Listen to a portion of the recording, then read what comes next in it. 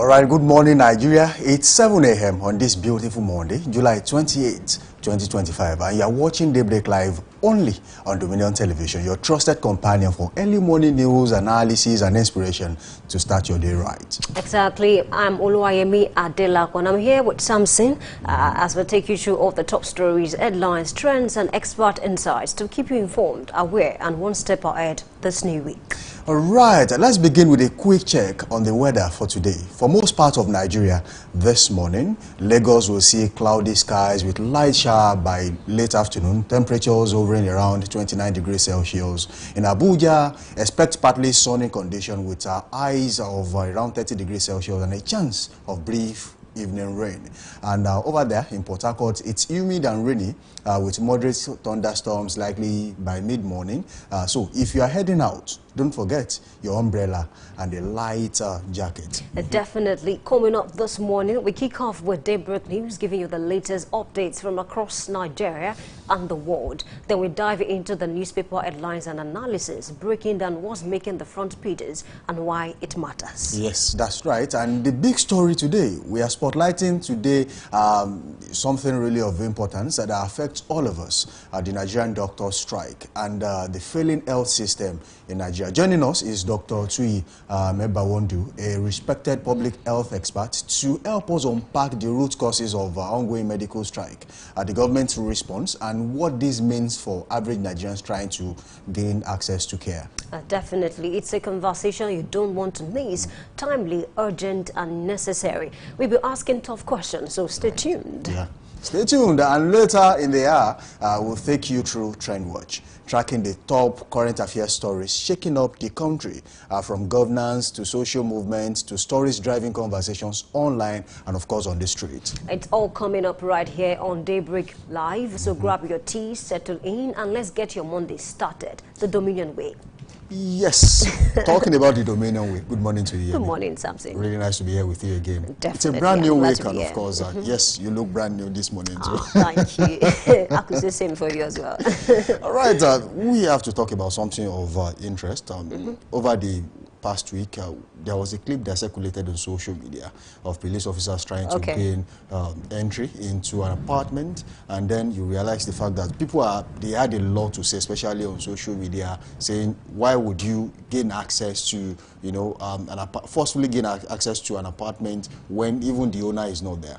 And I keep telling people there are so many reasons why a police officer would try to gain access to a building. One, if they are legitimately executing,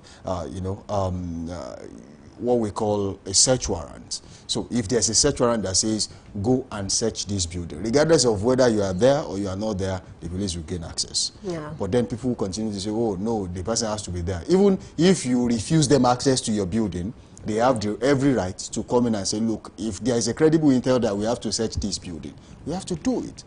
But then, many times, because the police also, they have been found wanting one way or the other, people will tend to say a lot of things about it. Definitely, I think you're spot on, because even sometimes we've seen people, visit people's houses without a warrant. Maybe they got the intel on a very short notice, so they don't go there with a warrant. However, some Nigerians have been found, guilty of that, because when they knock on your door severally and you don't open, they are forced. Even sometimes we've seen cases whereby they break through your neighbor's building to get through to you because you have refused to open the door to them. However, over the weekend, I read a story where a young boy, on the street, he was asked to drop his bag so they can search. And the young boy told the policeman that, you know what, let me see your hands before you search my bag. I don't want you dropping anything that is not mine into the bag. Why? Maybe he has witnessed something similar to that before. So sometimes a lot of persons are even disguised as policemen or maybe EFCC guys, to enter into people's houses, and then they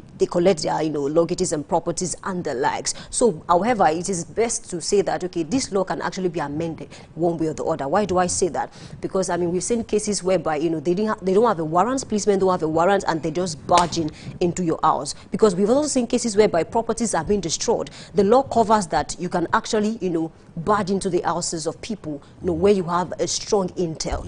But in that process, properties can be destroyed. The law does not cover the fact that, okay, you repair or maybe replace those properties should you damage them. So if, in as much as, Nigerians are expected to open up when you visit them, if you now come in forcefully, maybe through one reason or the other, maybe you've knocked, they are not at home, there's no way you can enter, and you barge in to search for evidences, should properties be destroyed? That should be looked into, because some situations whereby they just enter anyhow and then they destroy, expensive properties, is not fair on Nigerians, in as much as we are trying to, get, evidences, surrounding some cases. Nigerians also are expected to always open up. If you don't have any skeleton in your cupboard, should policemen come and knock at your door, open up to them, let them enter and search.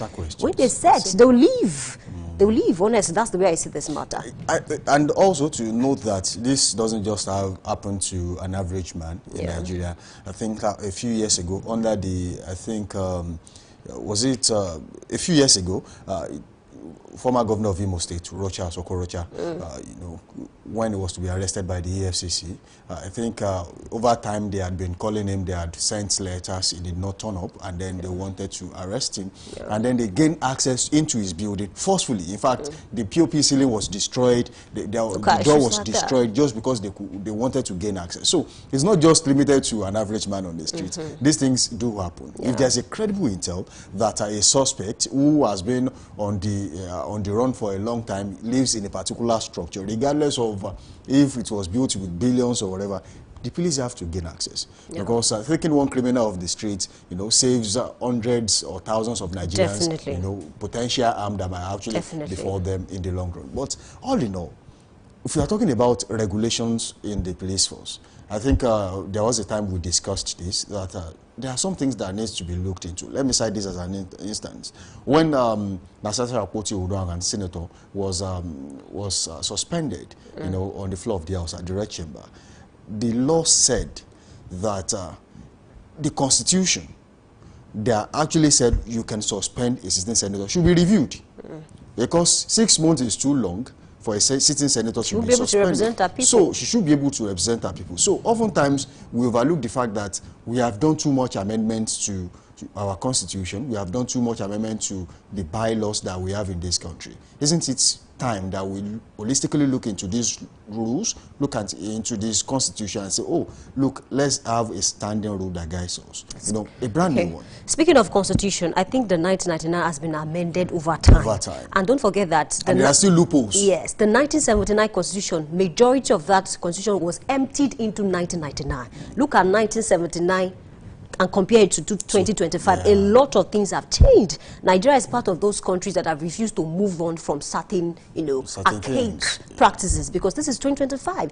In some, civilized nations, if you barge into the house of someone and you break properties, you destroy properties, you repay. You pay back. But in Nigeria, the law does not cover that, but the law covers the fact that they can barge into your house anyhow. Let's also forget that, some persons, when they notice that, oh, these people already have internal owners, they are finding all possible means to actually maybe run away. What should just open the door to them and let them carry out their activities? I read a story, or maybe I watched a video, Dele Farutumi. He said he was arrested in his house without a warrant. But then he cooperated, he was civil about it and went with them. So that is the best thing to do. Even if you don't know what is going on, follow them. Don't cause any issue concerning the matter. Well, Nigerians are scared because there are so many people, unscrupulous elements out there who masquerade themselves as police officers, and then when they come around, you don't just follow anybody unless you can identify the fact that they are from a certain police station, a police headquarters, or somewhere that you can say, oh, this is truly Nigeria, doing its thing. But when you look at the situation of things, we have seen people disguised as police officers, and then in the long run you realize the fact that they are kidnappers, they are probably armed robbers too. So this has happened over time. Nigerians do not trust the system. And EFCC guy was killed in Anambra. Why? Because of forceful entry. So if the constitution can be placed in a different light, where Nigerians will trust the process, trust the system, and trust the people who have been entrusted with the responsibility of safeguarding lives and properties, I think we'll move forward from there. Okay, that constitution should be reviewed, I mean, so that we can have better things, All right, that takes us away from this segment of the show this morning. We say a very big thank you for being a part of the show so far. Do not forget that you can keep the conversation going by linking up with us on all socials, Facebook, Instagram, and TikTok at Dominion Broadcast. on X, formerly Twitter, at DominionCast. Do well to subscribe to our YouTube channel, the ever-growing YouTube channel at Dominion Broadcast. Subscribe to that channel, drop your comments, and of course, we'll take them on this show. And also, do not forget to watch us live on our website, www.dominion.org.ng, dominion.org.ng. We step aside a little bit now. We head straight to our news desk as we have updates for you. We'll be back after this time out.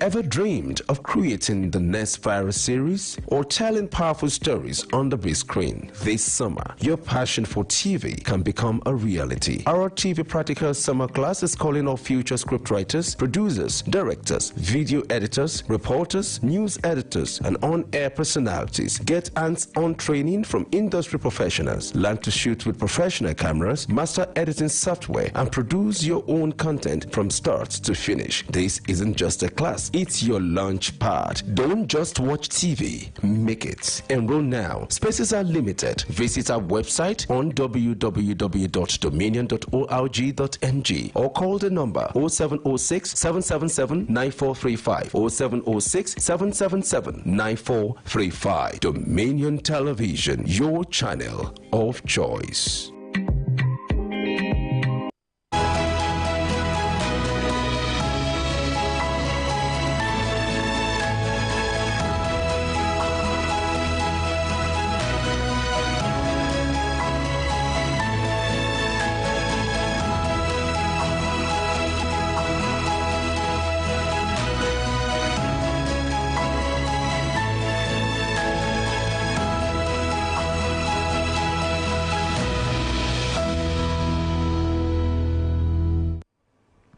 Good morning. This is Daybreak News on Dominion Television. I am Oluwayemi Adelako. Vice President Kashim Shettima has departed Abuja for Addis Ababa, Ethiopia, to represent Nigeria at the second United Nations Food Systems Summit, scheduled to hold from July 27 to 29. Announcing a trip in a post on his official X handle, Shettima said he would be joining other global leaders for high-level discussions on transforming food systems and strengthening international cooperation on food security. The summit will review progress since the inaugural edition in 2021 and focus on accelerating commitment towards resilient, inclusive and climate-smart food systems. The Senate has debunked reports suggesting a clash between the President of the Senate, Godswill Akpabio, and the Senate leader, Opeyemi Bamidele, during a recent executive session. The chairman of the Senate Committee on Media and Public Affairs, Senator Yemi Adaramudu, clarified this in a statement describing the claims as baseless and misleading. Adaramudu insisted that the report misrepresented standard legislative processes as signs of internal discord.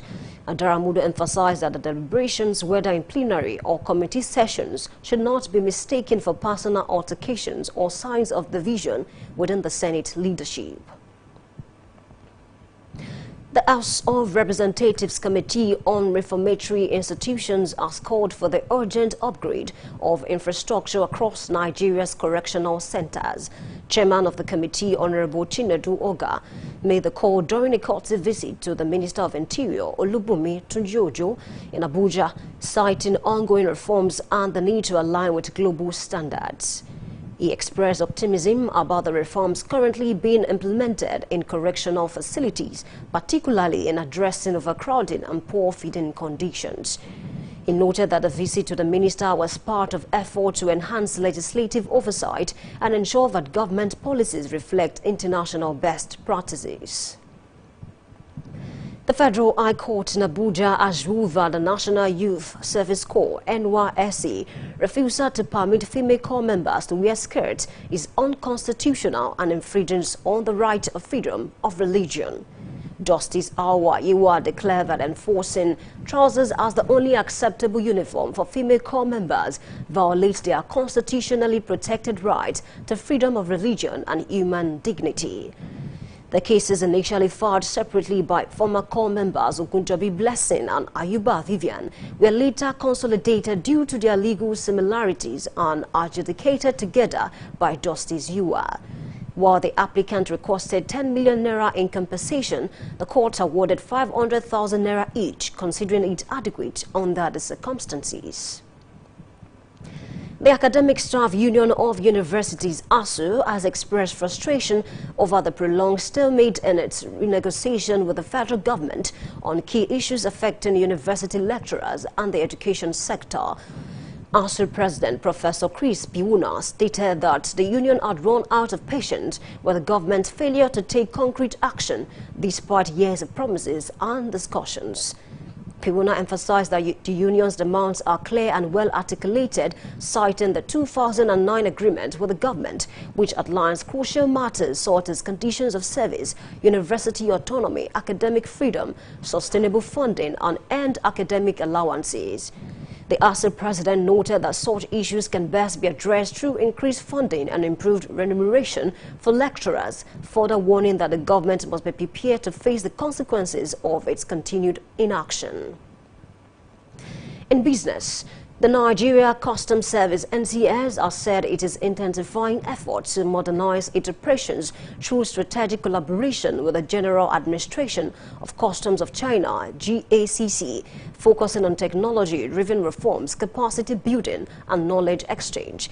This was disclosed in a statement through its National Public Relations Officer, Assistant Comptroller Abdullahi Maiwada, who confirmed that a 21-member delegation led by Assistant Comptroller General Oluyomi Adebakin visited Beijing on July 25 for high-level engagement with Chinese customs officials. The delegation held strategic meetings with GACC's International Cooperation Division, the Training and Education Center, and the Shanghai Customs College. The discussions covered port system modernization, customs training methodologies, and digital innovations to boost trade facilitation between both nations. In sport, Super Falcons coach Dustin Madugu has expressed dissatisfaction over the use of laser pointers by Moroccan fans on Nigerian players during the 2024 Women's Africa Cup of Nations WAFCON final on Saturday. Recall that the WAFCON final ended 3-2 in favor of the Super Falcons against Morocco. Speaking at his post-match press conference, Madugu criticized the disruptive behavior of some fans, insisting that it was also targeted. He further advised that the situation shouldn't continue. You can visit our website on www.dominion.org.ng to watch us live and interact with us. You can also follow us across our social media platforms: Facebook, Instagram, TikTok, YouTube, and LinkedIn at Dominion Broadcast and X at Dominion Cast. That's the break news. I am Oluwayemi Adelakun saying thank you for watching and good morning.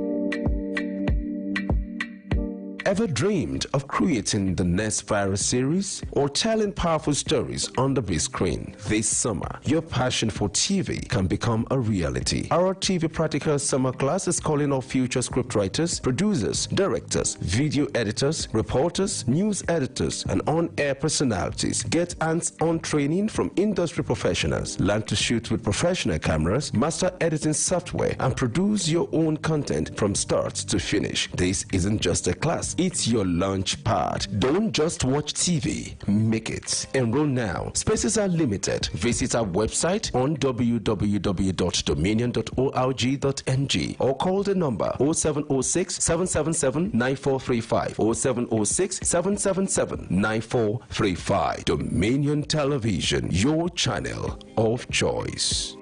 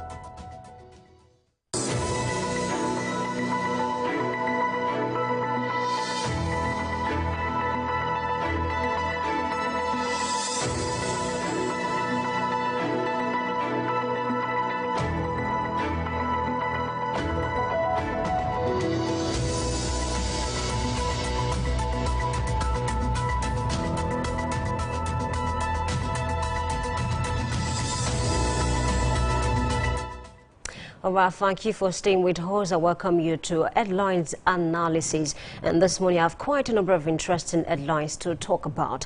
Let's start from Nigerian Tribune. I have this one that says illicit financial flows. Experts push reform to curb $470 billion annual loss. And that island asked its writers, Nigeria loses $18 billion yearly to profit shifting, tax avoidance. That's coming from Minister. Every unaccounted dollar is lost road, hospital job. That's coming from FIRS boss. Also have this headline that says court nullifies NYSC skirt ban, declares it unconstitutional. I read the story yesterday, and of course, two female corps members took the matter to court because they were not allowed to wear skirt on camp to carry out some of the activities. And of course, the court ruled that they should not be stopped from, following their religion, dictates, by allowing them to wear the skirt. And of course, I think they have not been issued their personal certificate yet, and the court ruled that they should be issued out, their personal certificate. And then these two corps members also said they should be paid 10 million naira each because of the embarrassment that it cost them because of certain things that they went through because they were not allowed to wear skirt. And so the court said, you see, the 10 million naira you're asking for is too much. But then the court ruled for 500,000, which the court thinks is best for that kind of situation. However, I think this is not the first time that some corps members going to camp will complain about the fact that they don't want to wear trousers. I know someone, who did not go for NYSC camp because she doesn't want to wear trousers. But then these people went and then they wanted to wear skirt, and the court ruled in their favor. Are we going to see more issues surrounding these, more corps members taking the matter to court to say that, you see, it is within their right to actually decide what they want to wear? Because according to the law, if you say they are not supposed to wear skirt, you are infringing on their right. Because we've seen issues whereby, in some, camp across Nigeria, some corps members will not be allowed to, carry out some activities because they don't want to wear trousers. So we look forward to how this will play out. However, the case has been settled, and of course, court directed NYSC to pay them 500,000 naira each and issue out their personal certificate to them. But if moving away from that headline, let's cross over to another newspaper this morning. I have This Day with me, and I have this headline that says ADC laments APC fiscal vandalism, demands full audit of loans in last 10 years. That headline asks these writers. It says, National Assembly now rubber stamp insists Tinubu mortgaging Nigeria's future with incessant borrowing. All the presidents that we've had in Nigeria, since we shifted to democratic system, they've all borrowed. Obasanjo borrowed and then paid all the debts. After him, we've had other presidents, Goodluck Jonathan borrowed, some amount of money, from foreign countries. We've also had, Buhari borrowed some amount of money. Tinubu also borrowed. So I'm very sure that the next president, that will come after President Bola Ahmed Tinubu might still borrow, looking at how the situation of the country is. So the issue of borrowing is not really a big deal. Nigeria is not the only country that will borrow, to be able to cater for our needs. But then the issue is, what do we do with these monies that have been borrowed? That's what we should begin to look at. It's not about borrowing, but what do we do with the money? Because sometimes it's difficult for, for some, government sectors to actually account for some of the monies that have been disposed to them, to cater for some certain things. We should begin to look at pumping this money into sectors like education, like ex-sector. Look at the news I read yesterday and even through this morning. Less that, doctors are trying to go on strike this morning. Even nurses are planning to join them because of low remuneration. A lot of them are complaining. ASU is still on the news as well. Yesterday through this morning, they are complaining about the fact that 2009 agreement has not been properly settled. They want autonomy. They want to be able to actually hire and fire lecturers on their own accord without interference of the government. So borrowing money is not really a big deal. Nigeria is not the only country that will do that. But what do we do with the money when we borrow? So that's the bone of contention. And also the headline, one of the writers is saying, National Assembly now rubber stamp really, there have been calls recently that, okay, can we actually do away with one of the houses and just have one house? Because, I mean, they spend a lot on these people, you know, every month. They collect billions of naira each person, you know, the senators and then the speakers. So, but then it's something we still need to sit down and look at properly. Of course, we cannot just say that, you know, the National Assembly is rubber stamp. You know, we need to come with facts and then argue some of these things out. Moving away from that headline, let's also check this one that says, Dangote, Tinubu is a listing president, his policies reviving private sector. And that headline asks this rider, game-changing 4,000 CNG trucks arrive in Lagos, set for August 15 rollout. Honestly, I must really commend, you know, Dangote and then what he's doing with the oil sector, trying to make life easier for the people. And of course, he's coming out to give accolades to the president, Tinubu, saying that, you know, he's a listing president and then his policies are reviving the private sector. Well, some analysts or political persons might argue this out, but I'm very sure he has reasons for saying what he has said. Moving away from that, let's also check this headline that says, Jerry Garner, there are plans to woo Peter Obi back to PDP ahead 2027 general poll. That's a very interesting one, looking at the fact that the major reason why Peter Obi left PDP before the general elections was because it was so clear that he won't get the ticket, I mean, to run as the president of, to run as the presidential candidate of the party. And then he left PDP and went to Labour Party. And of course, he got the ticket. So now that PDP is going through a lot, even some persons have said that PDP is in disarray. I mean, they have no ground. They are not going to win even more states come 2027 elections in terms of, you know, governorship elections. You know, they are still trying to woo him because we've had quite a number of things, I mean, from persons, even the body language of some top shots in the PDP. Recently, I think one of the major persons in PDP said, you know, you see, Peter Obi is our product. And of course, if he's willing to come back to PDP, our doors are open to receive him. But will Peter Obi return back to PDP, looking at the fact that he has a lot of supporters from the Labour Party? Look at the Labour Party that some persons said had no structure,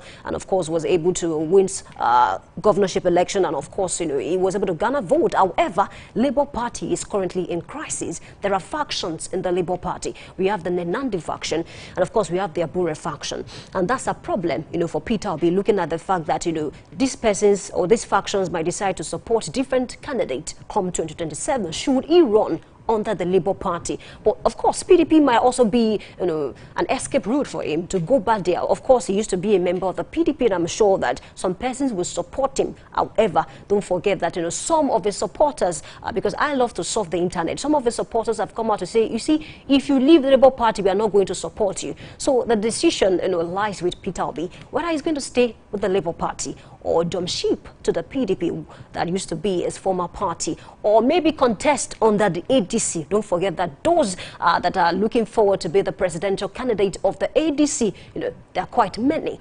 We have Atiku Abubakar, and of course we have Rotimi Amaechi. Of course, there are even talks about El-Rufai. So we have these people, you know, trying to run as the president for the ADC. We look forward to how this will play out, you know. And then Peter Obi, one thing about him is a lot of persons have asked him, what are you going to do about the situation?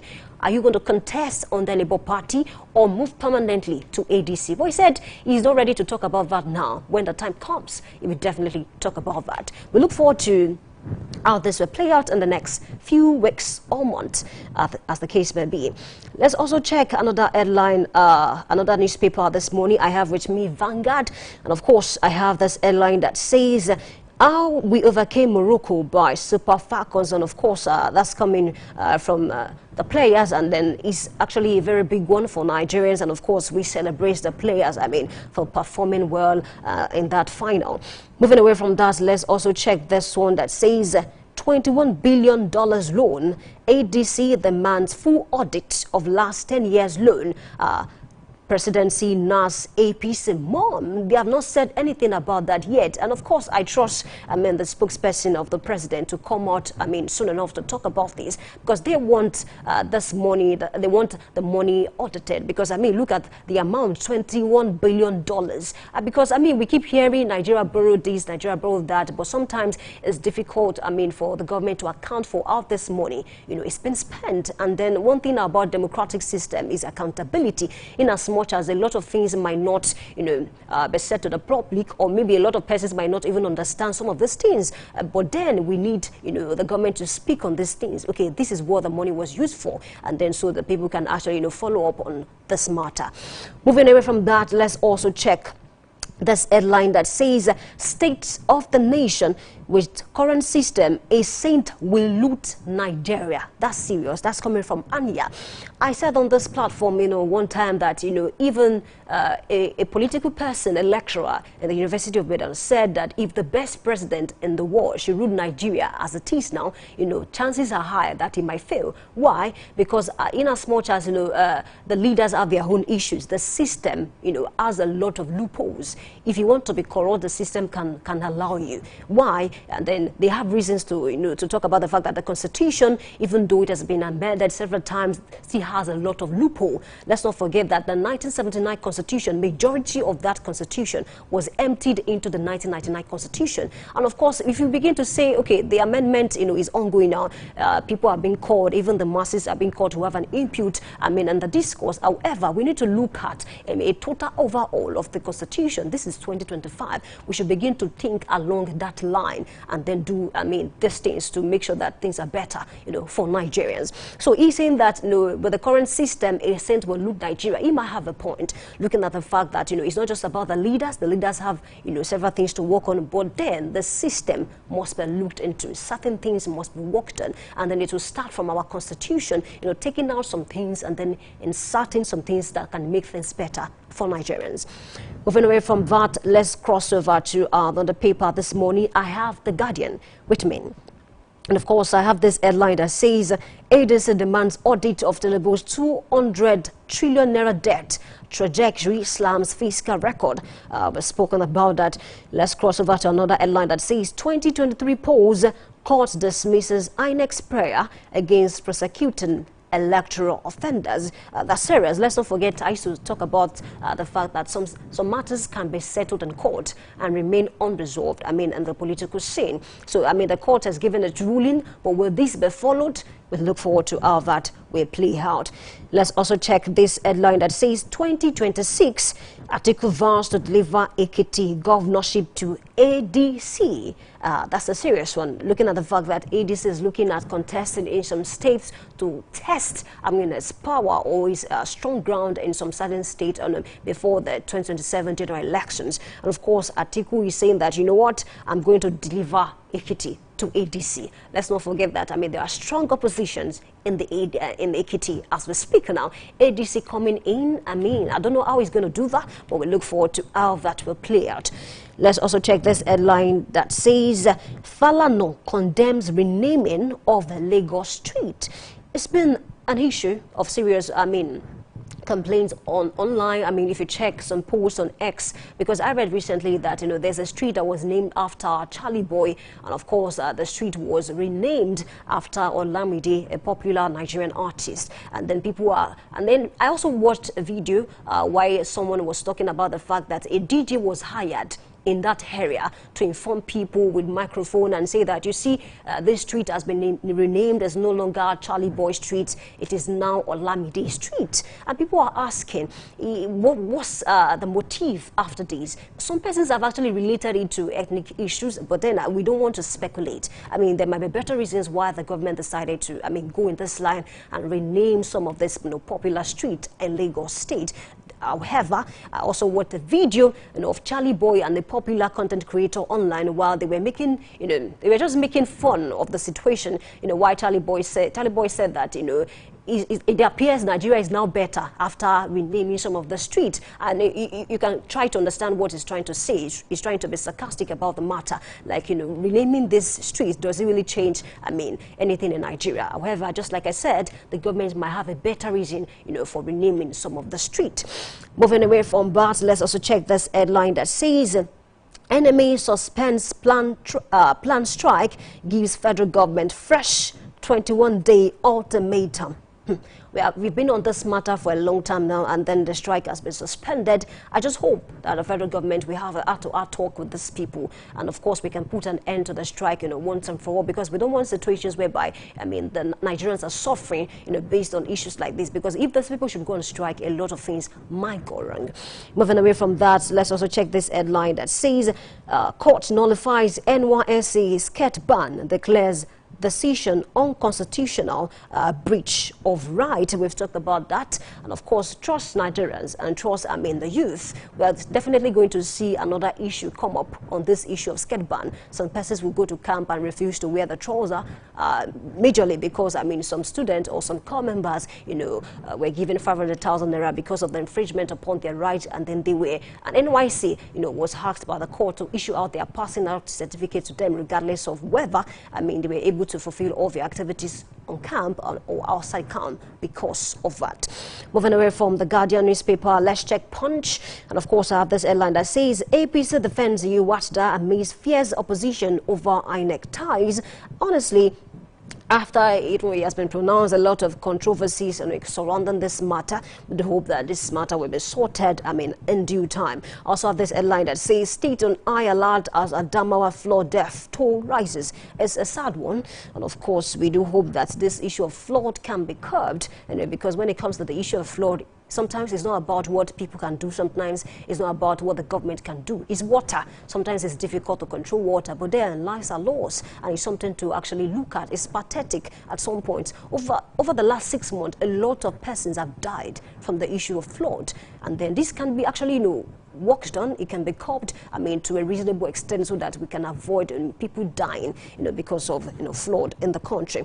All right, I also have this headline that says, few war brews as Dangote presses Tinubu to ban import. That headline as this rider, Ipman patron pushback, warn against monopoly. Dangote insists on Nigeria first policy. The issue of banning imports, let's not forget that, Dangote has, some competition, within the first sector, and of course is doing a lot to actually make sure that, things are better for Nigerians.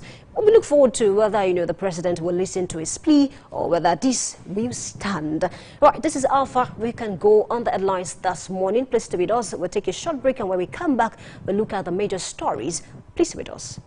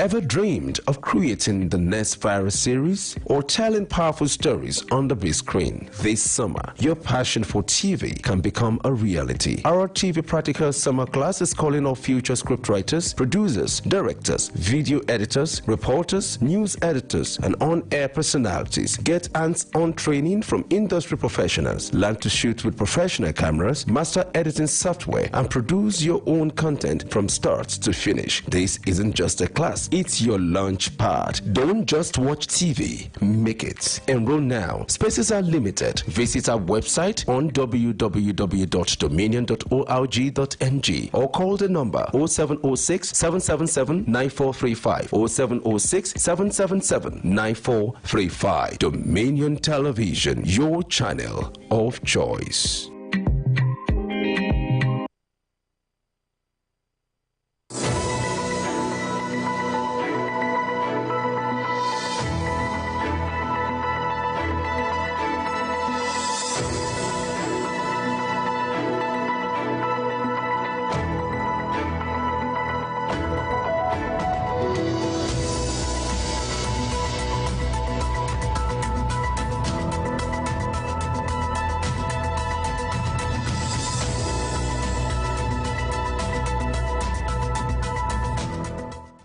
All right, thank you for staying with us and welcome back to Stu Headlines Analysis. And of course, I have with me Samson, and then we are going to do a kind of chit-chat about some of the major stories that we have across the dailies this morning. Let's take out this one. However, welcome back. Yeah, good to be here again. All right, let's check out this headline that says Falana condemns renaming of the Lagos street. And I think apart from him, a lot of other Nigerians have also come out to complain bitterly about the renaming of the street and then changing, some of this names. Some have said, does he have anything to do with ethnicity? Really? What do you make of that? The local government, the local government authority in Nigeria, authorities, let me put it that way. I think in Lagos they have 20 and they have about 37 LCDAs, meaning that in total that's about 57 thereabouts. Okay. They reserve the right to rename streets whenever, wherever, and how it pleases them. And they can put any name on it. So it is in nobody's place. In the first place, he got that street from a local government. They named that street after Charlie Boy, just like every other street in Lagos State, just like every other street in Ibadan. So it's not a big deal if they come out to say, oh, we want to rename all these streets. Do not forget that some of these things are sometimes time-bound. As things evolve, things do change. And I think in Lagos State right now, probably they felt it was time for change, and then some names have to be changed. But the truth of the matter is, some have actually linked it to the fact that, some names from, of Igbo descent are being changed to Southeast, generally, are being changed to Yoruba names. I don't want to see it that way, because we don't want to be tribalistic about how we handle things. And I feel like Lagos State Governor, Governor Babajide Sanwo-Olu, knows a lot better in situations like this, and of course he knows what to do. However, when things like this happen, just like it was changed, it can be reversed if they feel like there is injustice. I don't see that happening. Really, this is Nigeria. But most definitely, you've seen cases like that, and then reversal come up. It is not cast in stone, because it was I Charlie like the Boy fact that you're optimistic, yeah, but me, I don't see it happening. It is not cast in stone. As long as it was Charlie Boy Street before, and the bus stop rather, before it became Olamide Bado bus stop. It can also be reversed back to Charlie Boy bus stop if the governor wants it that way. If the local government chairman wants it that way. Don't you think before this action was carried out, it must have passed through, the office of the governor? I for one believe the fact that this wouldn't have happened without the governor being in the know. Definitely. Most definitely. Local government chairmen in Nigeria are so dependent on the decisions of the governors in Nigeria generally. They are more or less like the extended arm of the state government, as we see it. Local governments are not as independent as they used to be. Yeah. So meaning that certain decisions, especially as critical as this one, must have gone through the table of Governor Babajide Sanwo-Olu. So he must have seen it. He must have signed a document that says, oh, go ahead, go and do it. So now that it has been done, the backlash is here. People are saying, not everyone is actually complaining about it. We have had some people who are saying, well, if you are saying you want to change, we have three categories of people now. There are some who are saying, why would you change from Charlie Boy to Olamide Bado? Yeah, probably it is tribalistic or that one aside. We have the second class of people who do not really care about whichever name you want to call it. As long as they get to where they are going, it's still fine with them. And there are some who are happy that the name has been changed. So we will always have different kinds of people with different opinions as regards decisions being taken in Nigeria. But all in all, I want to believe that if a governor takes a decision, it must have been for a reason. And I feel that a time will come that Governor Babajide Sanwo-Olu will come out and say, yes, I took this decision, and this is exactly why I have taken the decision. And don't you think if he does that early, a lot of persons will not have issues, even if they have issues? Because one thing we talk about is, talk to people, communication. A lot of persons see it as, okay, it's unfair to actually, just decide to, change these names. Looking at the fact that, let's talk about Charlie Boy now. I read something online that said, while he was living in that area, a lot of persons benefited from his scholarship scheme. There was a time, I think they said he even bought some equipment for some certain persons just so that they can be okay financially. And then that was the reason why that street was named after him, because of the things that he did for those people in that area. So don't you think, and he even said something, he said you can change the name, but you cannot change the things that he had done for those people, you cannot, you cannot take out the value that he was able to deposit in the lives of those persons. I mean, actually, he's right. There are some things that just can't be erased. Even if you change the name. Just for example, you have bought probably a bottle of soft drink, and then you, one way or the other, erase the name on it and put another name. The content still remains that particular thing you actually bought with your money. So the content doesn't change, only the name changes. But the truth of the matter is, when it gets to this stage, there are things that will be considered. And one of that is the fact that there are some people who will continuously call that bus stop Charlie Boy bus stop. Definitely. It will be difficult to pass that message across. Even universities that have been changed, Polytechnic, a lot of persons will still talk about the former name. Till today, we know that the Polytechnic Ibadan, the only Polytechnic with Article D, the name was changed recently to Victor Omololo Polytechnic. But till today, we still call it Poly Ibadan. So it means that in one way or the other, the content remains. It is still Poly in Ibadan. So meaning that it is still Poly Ibadan. But then you might just say, oh, the Article D is no longer there. But all that matters is the fact that the content is still there. However, Samson, I learned that a DJ was hired and then placed at a I saw the video. I think I still have it. Position, and then very close to the someone bus stop was making the announcement, okay, this place has been changed. So every bus that parks at the bus stop, they were telling them, this is no longer Charlie Boy. You are not even allowed to call it the former name. Yes. So that's to the extent they have gone to make sure that this is involvement. And I don't think that is what happened in all bus stops, streets whose names are but this Charlie Boy issue is more pronounced. And that is because after the name was actually changed, he mocked them because his name was still there. So he passed through that place, took a picture and posted and be like, oh, so you said you have changed the name. I guess you are still liking the name on I even watched the video. And then almost immediately, the name was erased and then a new name was placed. So it tells you that probably there is something else we don't know, and we don't want to postulate that. We don't want to, say too much about things that are still unclear until the governor comes out, or probably the LCDA chairman or the local government chairman in that axis comes out to say, look, this is what happened. This is a decision we have taken for this reason, and then Nigerians will be able to move on from there. Don't forget that Nigeria is the only place where decisions are taken. But then the governor will not come out, the governor or the government will not come out to say anything because they know that with time Nigerians will forget.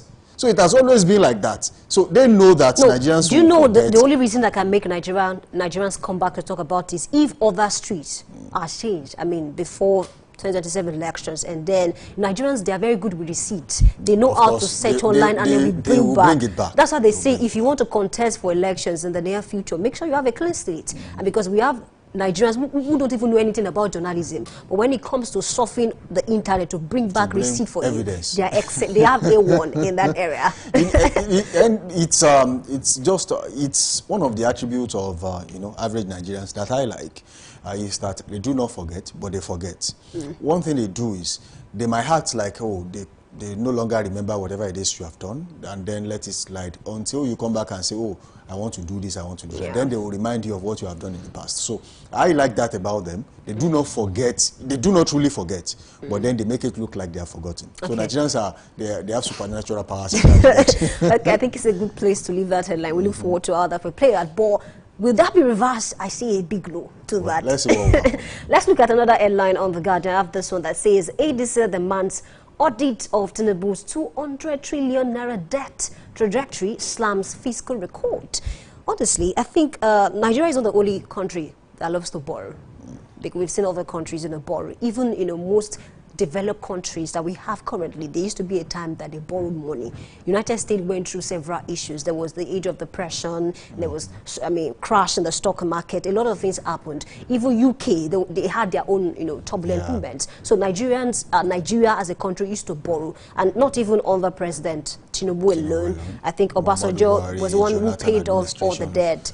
Goodluck Jonathan borrowed, Buhari borrowed. But then Nigerians are complaining about the fact that it's not just about borrowing. What do we use this money for? What do you make of this? This is a lot of money, 200 trillion naira debt. You see, I want to commend the ADC for, coming out to actually put this out there for people to know that, oh, we are this indebted in Nigeria. That is fine. ADC is playing the role the PDP should be playing, but the PDP is too busy fighting internal battles that they have forgotten that they are the focal point of opposition in the country. So the ADC is now playing that role, and it saddens me that the PDP has gone down the drain just like that. I don't see it as if PDP has died totally. It has not died, but they have forgotten their responsibility.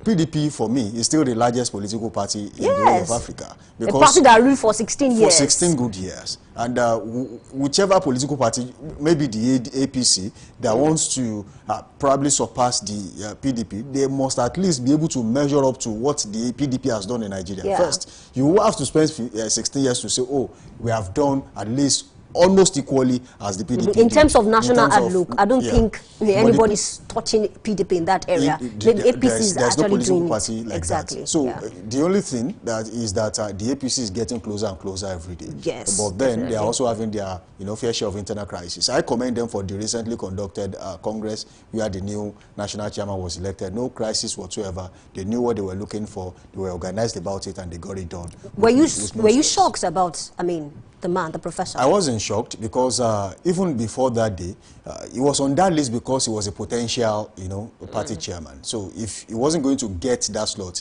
they wouldn't even have mentioned his name. And they knew what they wanted to do. They only placed some other people on that list just to, make it look like it was a selection. It was an election process, but of course it was a selection process. They already knew what they wanted to do, and it was a consensus. Nobody in the APC, as we speak, has grumbled on national TV or probably said anything on the print that, oh, we are not comfortable with, Except people from other parties who have come out to say that, okay, this guy used to have a link with the INEC, this guy did this and that. But then I feel the APC must have, basic reasons why they have chosen the man. They have reasons. See, political parties are always strategic with their moves, except for ones who do not know exactly what they are doing and where they are going.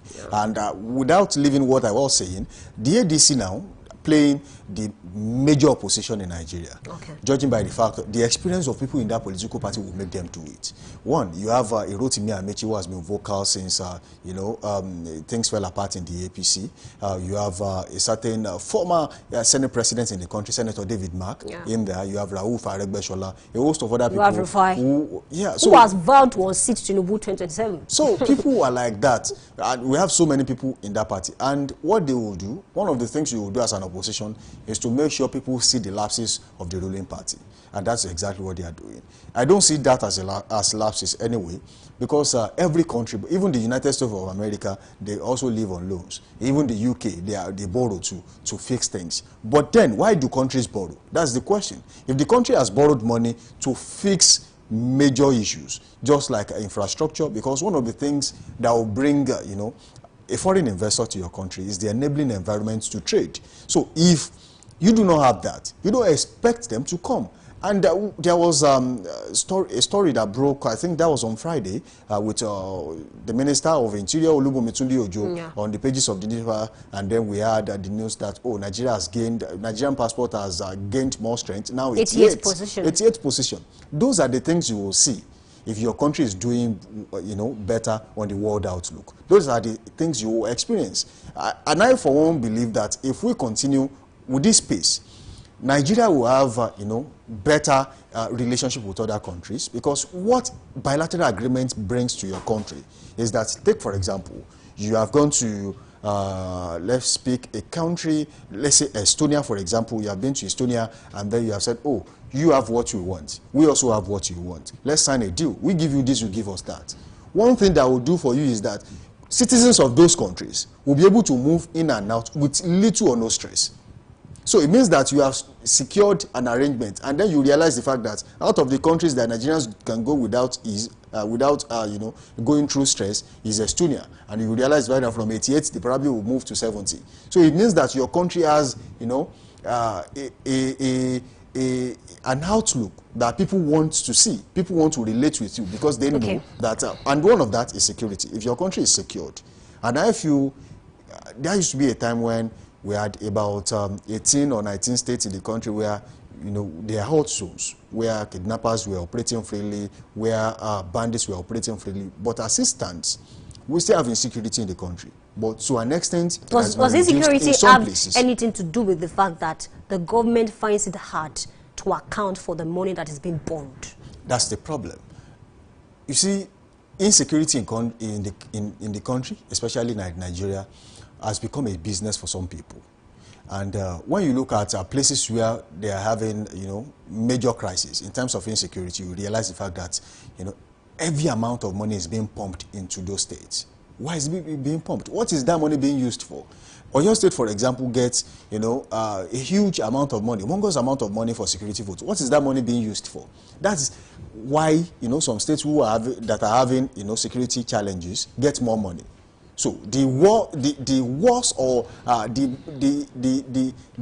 deep your crisis is in your country, in your state, is how much money you get. Yeah, that should be looked into, because I don't think it's a business. It's a business. It's very difficult to do. Pumping money into insecurity. It's very difficult to do. It's about looking at the issues and then try to come up with creative ideas that can actually tackle those issues.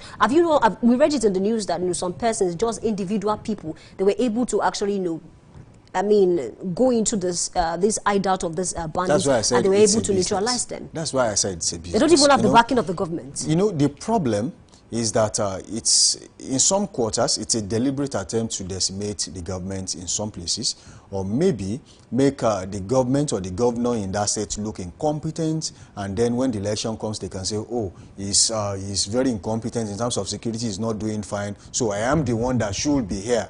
You understand that? So I think it is high time that we stopped making insecurity, one of the core or corner piece of campaigns where you say, oh, he's not doing, because you are also complicit.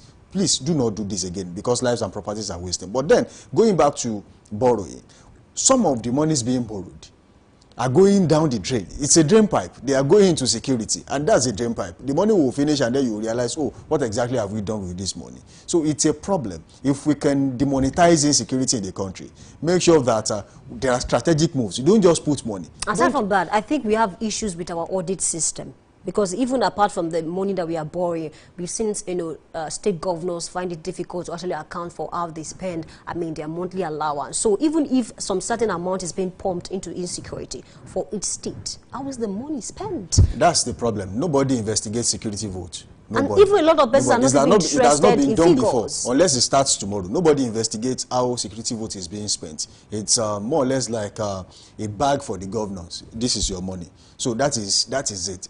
Even states that have little or no security challenge, they are always getting security vote. What are they using the money for? These are questions you should ask them. But the truth of the matter is, it will get to a stage where Nigerians will ask for accountability. And they're already asking for accountability. The places to look into is, why do we funnel money into security, and then yet we are not secured? And then we have areas, we have people that are actually begging the government to say, you see, look at us. We are going through a lot. Look at the doctors. Look at the nurses. A lot of them are complaining. And then you see that, when these people go on strike, the average Nigerian will suffer.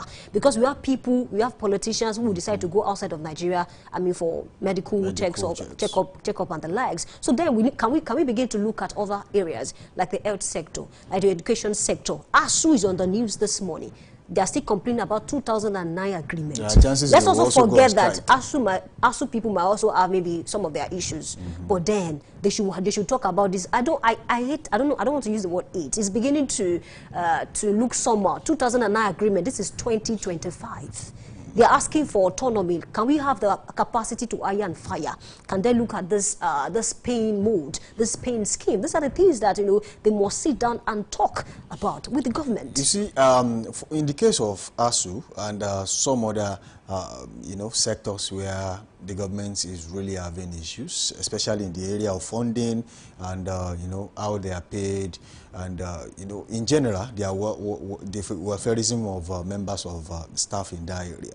You see, the problem it's not really the government sometimes. I even commend President Bola Ahmed Tinubu. Since he came on board, we've not seen ASUU strike. I know what it used to look like in the last few months. Yeah, it has always been epileptic. They will come in again and then go back on strike. See, the truth of the matter is, most of the times, it's not really the government. Some of the times, even ASUU and these, every other sector, they also have things they do or things they say, and the government will be like, oh, this request is just too much, we can't afford this, let's meet at the middle. But you are requesting, oh, you just want to cross the bridge, let's meet at the middle, stay here, let us stay here, and then make sure at least we get something done. You see, every sector, the health, judicial sector, they will always have reasons to make requests. They will always have reasons to say, oh, we do not have enough, we want more. But the truth of the matter is, if the country keeps borrowing money, and we cannot say this is exactly what this money is being spent on, there will be a crisis, and that's exactly what we are seeing.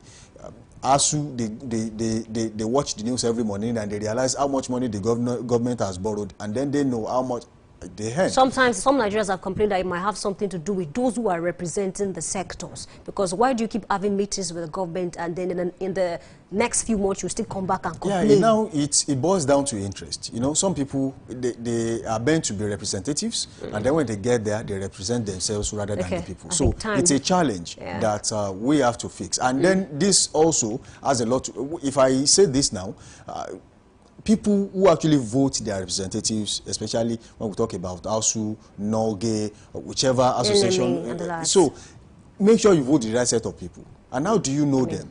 It's not just about agitating and say, oh, we want this. It's not about activism in meetings. There are people who will not even say anything, but then they have the goodwill. They have you at heart. They can always represent you well.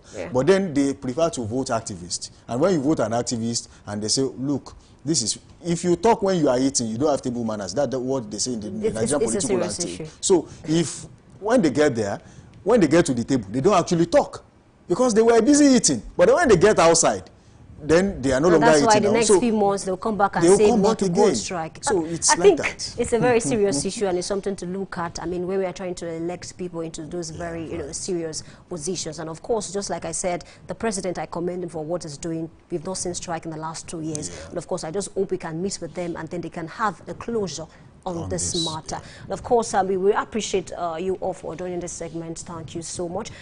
Please stay with us. We are about to cross to the big story. My name is Luayemi Adela. I'm saying good morning.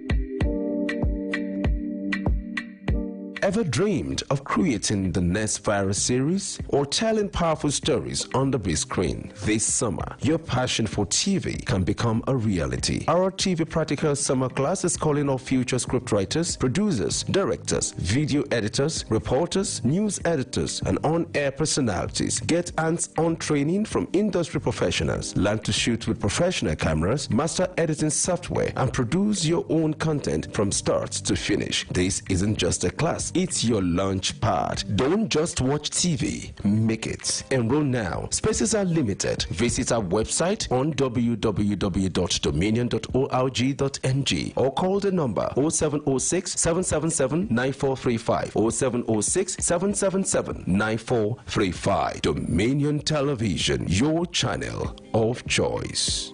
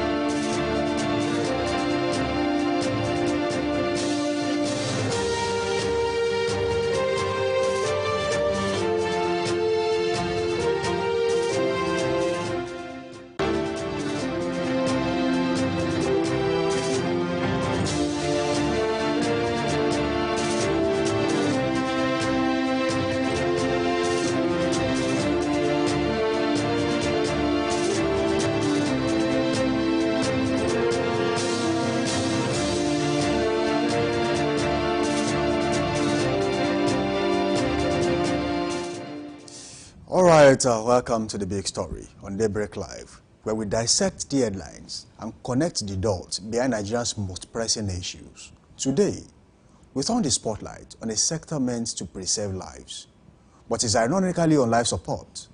From brain drain to poor infrastructure, underpaid professionals to decaying hospitals, the Nigerian health system is convulsing under immense pressure. And now, with our doctors either living or protesting, the pulse of our healthcare delivery grows weaker and weaker. Welcome, I am Samson Balogun. Our doctors are the lifeline of our health system. But today, they are sounding the alarm, not just for themselves, but for a nation in critical condition.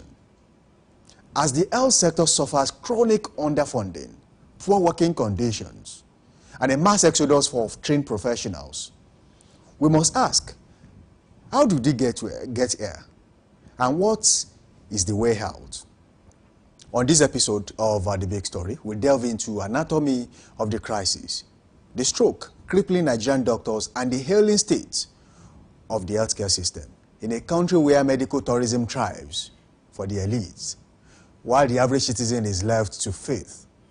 With us as stakeholders, analysts, and those on the front line, it's time to face the facts and explore the chaos. Good morning once again. All right, I won't be doing this alone today. In the studio with me, I have a public affairs analyst, Afolabi Afolami, who will be joining me on this. And also, joining me all the way from Lagos State this morning is Dr. Tuyi Mebawondo, public health expert. He's a publisher, and of course, he's into so many things that has a lot to do with health. Together, we'll be making sense of this particular topic this morning. The Nigerian doctor strike and the failing health system. It's a crisis that most Nigerians are looking at and is staring at them. Nigerian doctors are jumping. They are jumping the ship. They are leaving the country en masse. Some of them are even going to countries where you wouldn't expect them to go. But hey, if it pays their bill, they don't care. And that's the challenge. I do say this. Is it rocket science to fix things in this country? Is it rocket science to pay medical doctors what they are to be paid, when they are to be paid? It's no rocket science. The government knows this. And of course, that is why we'll be talking about this extensively this morning. We want to scratch beyond the surface and make sense of the things that do not make sense to Nigerians. All right, Dr. Tuyi, I hope you are here with me. Okay, Thanks.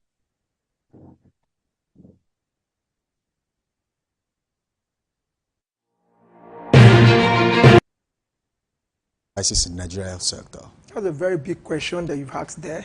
Before now, Nigerians have been facing serious crisis in our health sector that has made many of our brilliant and professionals leaving the country in the name of getting well paid. Like you said, we've gone into this for a long time, and I want to start with our leadership style. Our democratic setting, before even the democratic setting, we've had the military era where things were not properly fixed. We've trained, like somebody said, we trained them here to get practice over there, and which is the irony of every other things that we're talking about here. Many of these countries who boost over health tourism and the likes, they get to have Nigerians on their table doing the very best work any other person over there couldn't have wanted to do. Are you talking of healthcare? Is it support? Whichever sectors. But you know, we don't take things for seriousness here. We take things for granted, such that because we never look at that health sector from the beginning. We're so much concerned on money. And that is why we filed, our health sector is derailing every now and then.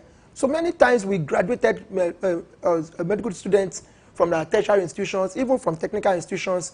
I remember the years of some School of Science in the School of Nursing, School of Health here in Nigeria.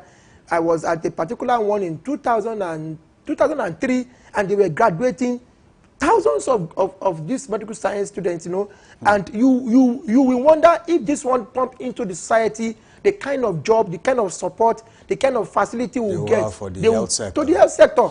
But by and large, in the less than 6 months, everybody is gone out of the country. Okay, Dr. Tui is here with us. Doctor, are you there?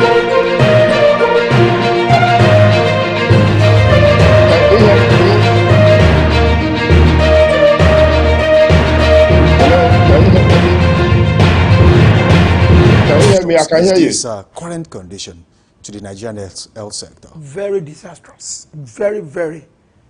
Like I've been on this platform a particular time. I talk about not having health facilities within our I can hear them. I can hear you. Imagine Can you hear me? coming from Omi just because he wants to deliver a baby, and we need to be rushed to UCH. Okay, I can hear you. I can hear what you're saying. From Akinyele down to UCH, the woman is dead. Many people die on, you know, before you get into the hospital. And again, we don't have facilities. Our government is not concerned about the health sectors such that they need to know that at least in every street, 3-4 streets should have one. Because of the population that we are growing every day. And the health sector has so much been destroyed to the point that there was a time you go there to for childbirth with your torchlight, with your lantern. They will be asking you for some things that you never can ever imagine yourself bringing to that place just in the name of delivering a baby, let alone surgery. If anybody got wounded and you got assaulted from any Okada or any rider, you are on your own. And that is the case where we are. In the days we used to have orthopedic hospitals here and there, but right now, how many orthopedic hospitals can you point to here around us? Instead, you have our native orthopedic hospitals where they will put in stick and in domain that, you know. So we've left our health sector in the hands of the traditional health sectors, where they will prescribe so much for us from the Agumwenyi to Agumuwaju and so many other things that many people now don't know even the measurement of consumption. People go there all in the name of getting better, and we work every day. Our government gets a chunk of money for health sector, for support, for development, and nothing is done. And they kept going abroad to treat themselves. Of recent, our late president was just brought into the country after going from the UK. Okay, yes. Dr. Tui, are you there?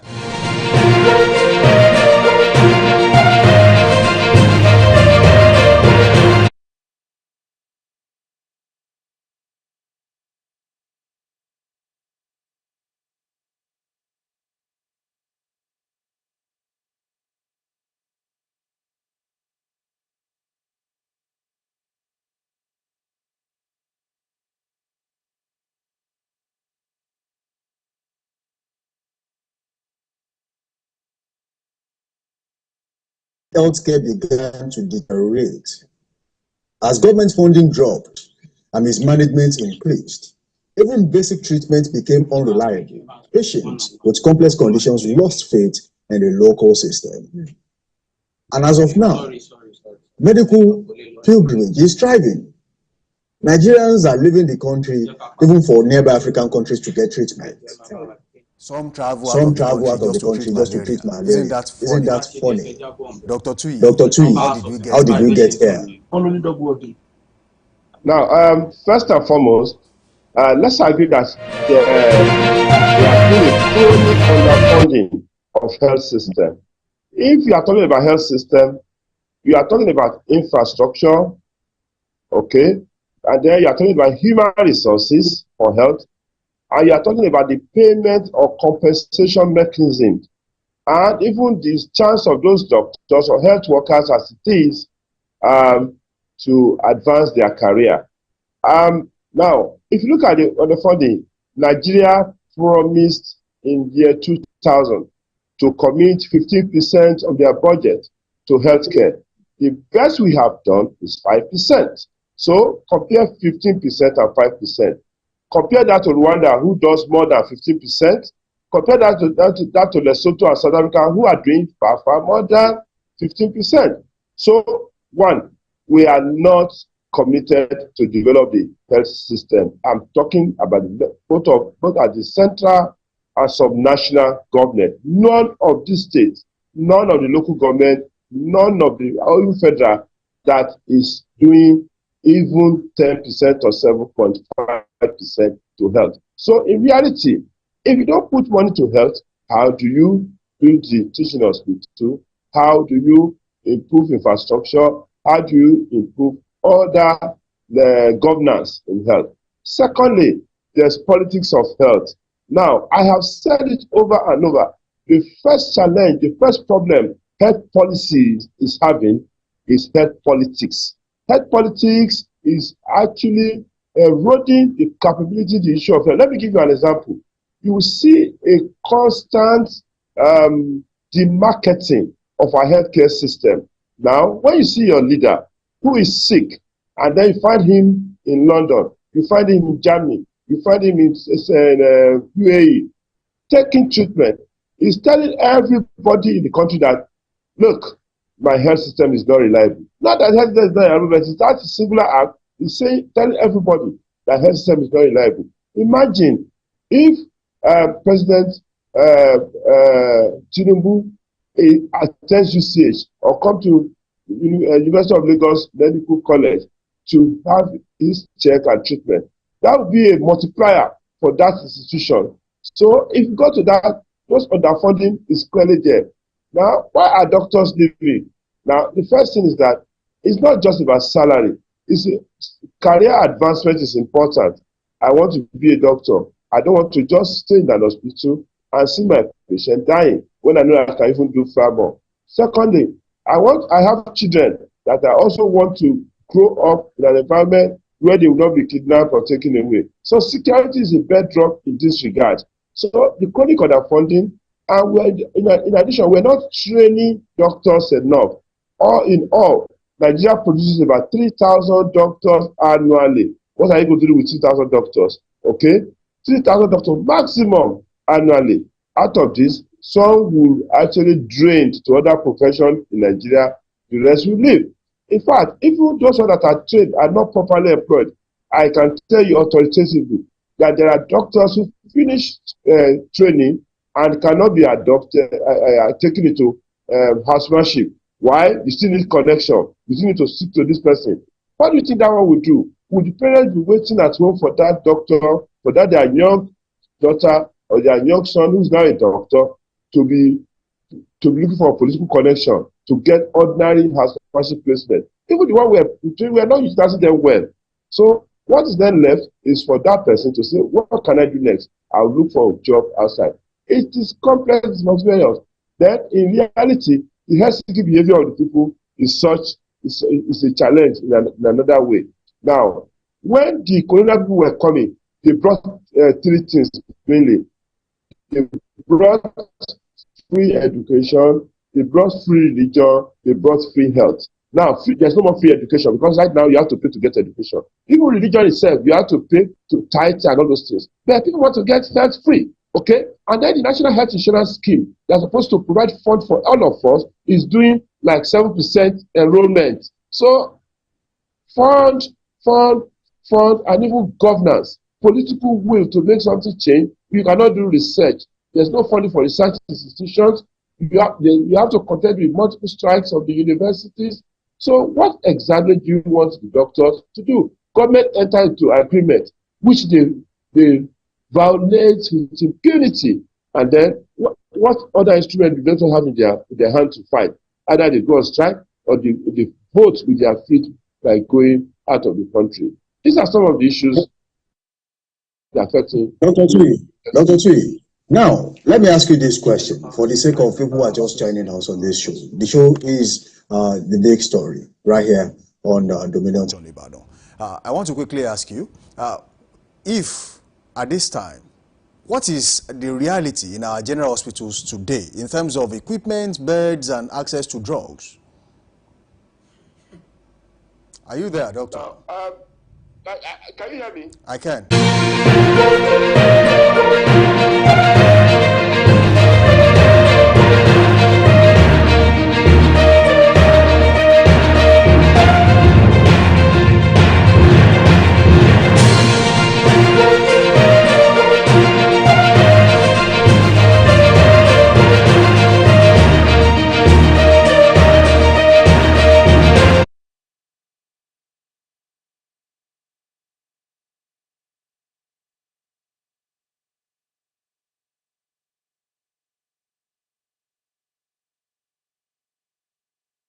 federal medical centers are really minute. It's not actually paying them. It's barely paying their salary, not to go of enhancing any improvement.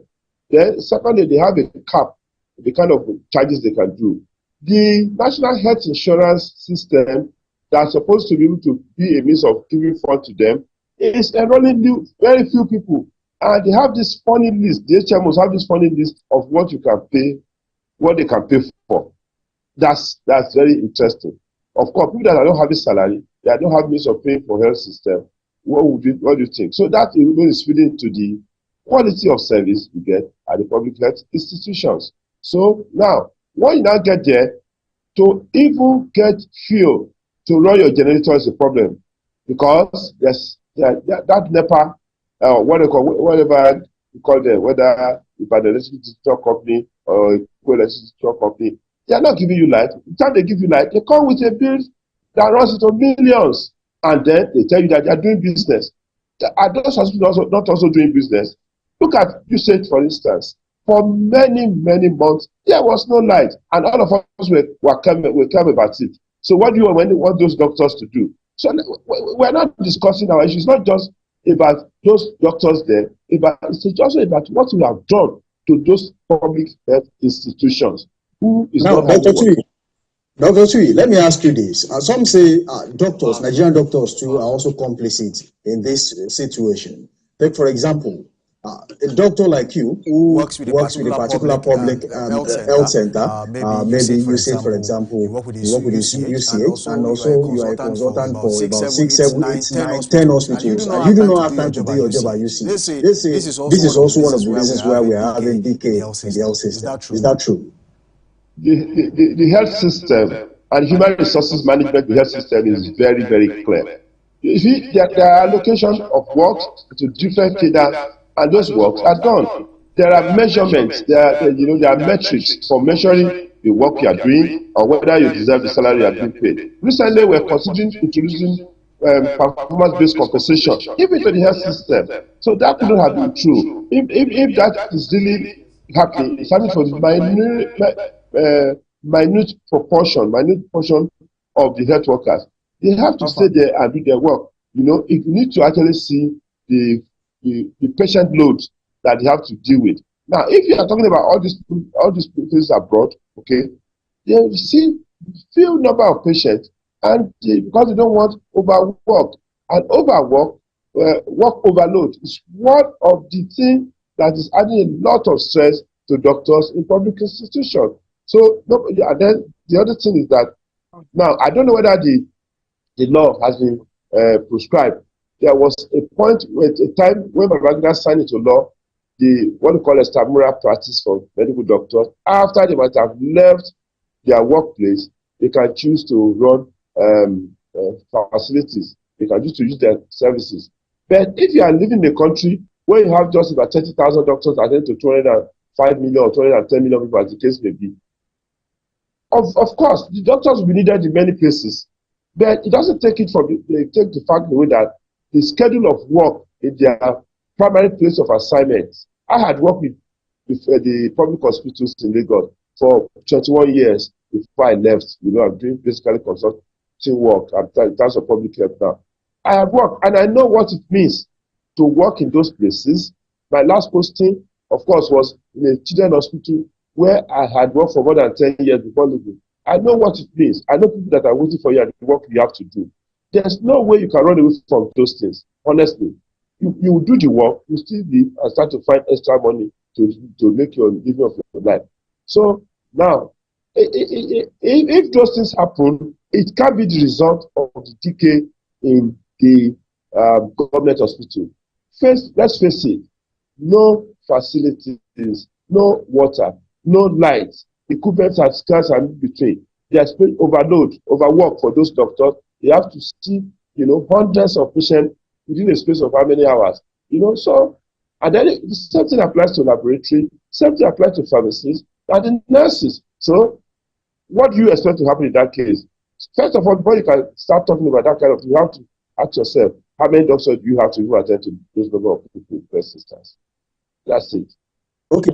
Dr. Tui, Afolabi is here with me in the studio, and I want to ask him this question. Is there a way that we can make staying in Nigeria more attractive to health practitioners in the country? Well, if I throw that to Dr. Tui. Doctor has actually answered some very vital questions there. To make state health sector to stay back here in Nigeria and contribute their quota has to do with the, what they are given, the environment they work, the kind of facilities available. Like he mentioned earlier on that it is one thing to graduate medical doctors. It's another thing to get them fixed into what where to work without getting used to the legs, the connections. It has always been when you get you are coming from a background where you know nobody, and because you are being talented and gifted by God, and you got your medical certificate through your training in the medical school. And it's another thing to start looking for places where your parents has connections, where they want to get you the top job and the likes. And these are the things that make so many of them leave the country. And aside that is a facility on ground. What is the government doing? Like he just mentioned that we signed into law that in year 2000 we will be putting a budget of 15% of the total yearly budget into the health sector. But right now we are doing less or more, like 5 or less than 5%. Where do you get that? 5% in a country where you are taking care of 37 states, including the federal capital, and with many local governments and many rural areas where health facilities and health doctors are needed. How do you cope with all this? How do we measurement? How do you measure this? How do you attract our doctors to stay back home? In the area of security, insecurity is another challenge that is making many of them to leave the country. When you are in the theater, for example, and somebody is putting a call to you that your wife has just been kidnapped, your daughter has not been found, your son is this, will you concentrate on what you are doing? You can't do anything. You can't walk. You can walk, and that is why you see many of them don't only live in the country. They go along with the entire family. And this is the problem we are facing. If government can fix all this, then the country will be interested for them to stay back in. Okay. Imagine our neighboring countries in Africa doing more than Nigeria. You just mentioned some South Africa, for example. And for example, Zimbabwe. Those countries, you can imagine 20%. And then we talk about, and health is wealth. No matter what you think you have in your pocket, in your bank account, and you're not wealthy, like we see many of them go outside on medical tourism and come back here to come and campaign to us that they will fix this, they will fix that. They are yet to fix anything. Even the federal cap in the Abuja, Aso Rock, nothing is done. Okay, Dr. Tui, are you still there?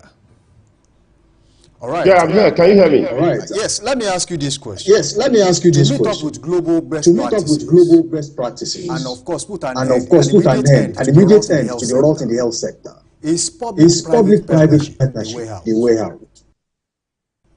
You see, I hear that a lot and I smile, because now tell me, where is that public-private partnership working in Nigeria? So you want it to work in health. Now, health is so fundamental that you cannot throw it to the hand of any profiteers. If you put it in the hand of profiteers, it will go out of reach of majority of Nigerians. How many people can afford, for instance, a surgery of 250,000, 500,000, or even 1.something million? Why would you want a public-private partnership to do what exactly? When I hear that, I just laugh. Now, the key thing, you want to solve the health situation. Okay, we have to step back and center on individuals. We need to communicate health. We need to push health literacy at the level of our local government, at the level of community, in that way that people understand. They must embrace good health behavior. They must understand how to use health, very scarce health resources. It's not just somebody having a headache and running to UCH. You have to go to your primary health center. You have to make the primary health care centers work. We have 33,000 primary health care centers in Nigeria. Not up to 7,000 are working. So what are you talking about? So if those ones are working, if primary health care centers are working, we'll be able to at least start from there and deal with the majority of illness at the local level. So let government go and refund, equip, kids, promote the primary health care system. Let them, deploy health literacy, health campaign for people to do that. Now, if you do that, you have to then go to education. For you to become a doctor, for you to become a nurse, or even a lab scientist, you must do science in secondary school. So now, go and check your secondary school. Everybody wants to do skills. Everybody wants to become banker. Everybody wants to become this and that. So, guys, if you are not training, well, because it's more profitable. If you are not training science people, you are not going to get doctors. There's no way you can get doctors. So now, then our capacity to train, well, let's give it to Tinubu, President Tinubu, who had actually expanded the capacity to train a bit. You know, maybe now we can do 4,000, you know, nationwide in all our institutions. Now, you have to really improve that capacity. You have to incentivize those people, training them. Now, when you now come back to the place, there shouldn't be any reason why any doctor should be without getting a job automatically. And I've said this for government severally. Now, your health workers is very simple. Look at them. Create incentive, non-financial compensation, non-monetary compensation. For instance, if I'm a doctor and I've done 10 years with you, are you going to give me house? Are you going to give me a car where I can pay little by little? Are you going to give 2 of my children some loan, kind of, to go to school in Nigeria, which will now tie to my years of service? Can you graduate that for me to want to stay in that system? So that is important. In addition, you have to look at your big hairy audacious goal in health. If Saudi Arabia were coming to you for treatment before, so what make them go away? India did what we call reverse brain drain by clearly finding a way where there are people in diaspora who come and set up big hospitals and institutions and then create funding for the health system. There's no funding for health system. And I'll say it categorically. You need to go and set up health banks. All those banks of agriculture, yes, very good. But there are some banks that you put there that's not doing anything. Set up health banks that can allow health institutions to get funding, that can allow health personnel to get funding. And in the same way, you know, it will translate into a good health outcome for your people. Without health, you ain't got nothing. And we've seen it. Even in the Bible, for some of you that still go to church, you know, even in the Bible, we saw that it was when the health of the children of Egypt were touched that Pharaoh released them.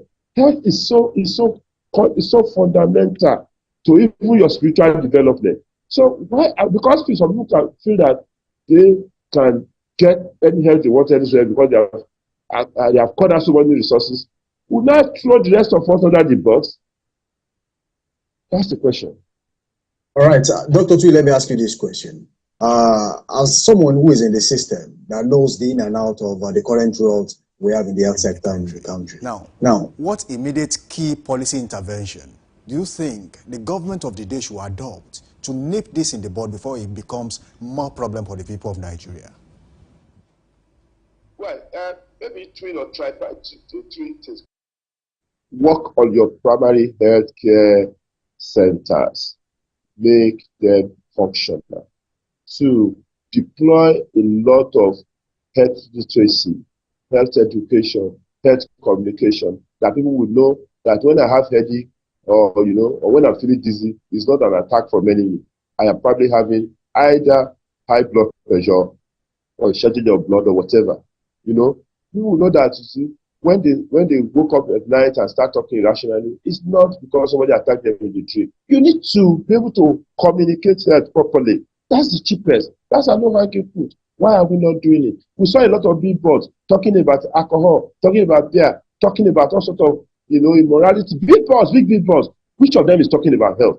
Tell me, which of them has told me the early signs of hypertension or the early signs of heart attack? None. We don't communicate that. All we're interested in communicating how to dance, how to do skits, and how to even drink beer and all those things. Good enough. Well, we will see the consequences. So I've mentioned health literacy, I've mentioned primary health care center. The third thing is that you have to look for how to fund health. It has to be an innovative system of health funding. But again, even in that health fund, you have to address serious corruption. People take the money, put it in their pocket, and then when they are sick, they run abroad. They just build hospitals now just to get more money to their pocket, not to serve anybody. We saw one of the governors that as he was leaving governor to become a senator, he built a big hospital, he fell down while leaving, he still went abroad. So tell them they should stop demarketing our health workers, our health system. That is what this government is doing, or politicians are doing by seeking treatment abroad. The guys are there. The guys are going to be there as well in Nigeria. And we saw what Nigerians are doing, those are doing. Encourage the place. There's a subtle message you pass around. There's a subliminal message you are passing when you foresee you run abroad, and somebody is telling me that you are abroad doing health check. Which health check? Which health check? Good enough. We have opportunity. I have opportunity to have experienced health system. I'm talking about level of training in America, in India, at least in Nigeria. So that makes about 3 continents. Okay. So what health check are they going to do that nobody can do here? So tell them they should take health seriously and remove politics of health, which is being used to keep policies of health. Okay, Dr. Tui, thank you for joining us on the show this morning. Thank you for having me.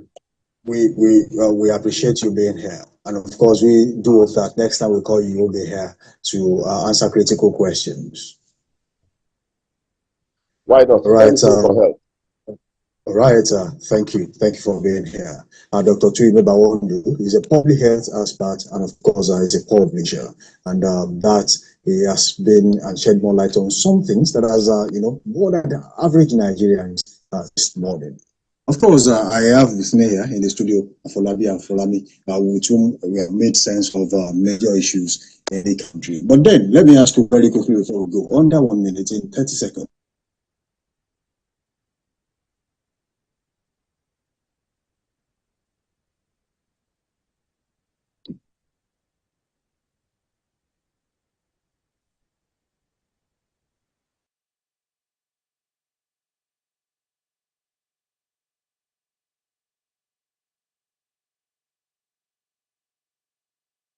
Who have started from somewhere, not those, the marketing like you just said. It's serious one. It's what has crippled entirely our health sector in Nigeria. I hope he will learn from what has happened in the recent past and put it in place such that the generation after him will praise him even when he has left this world. Thank you, for joining us on the show. Now, the health of a nation is measured not just by its hospitals, but by how it treats those who heal. Nigeria stands at a dangerous intersection between denial and decay. If the system fails, the caregivers, who then will care for the people? The time to act is now, or we risk flatlining a sector already gasping for air. Thank you for joining us on The Big Story on Daybreak Live. Samson Balogun is my name. Until next time, stay informed, stay engaged, and keep asking the hard questions.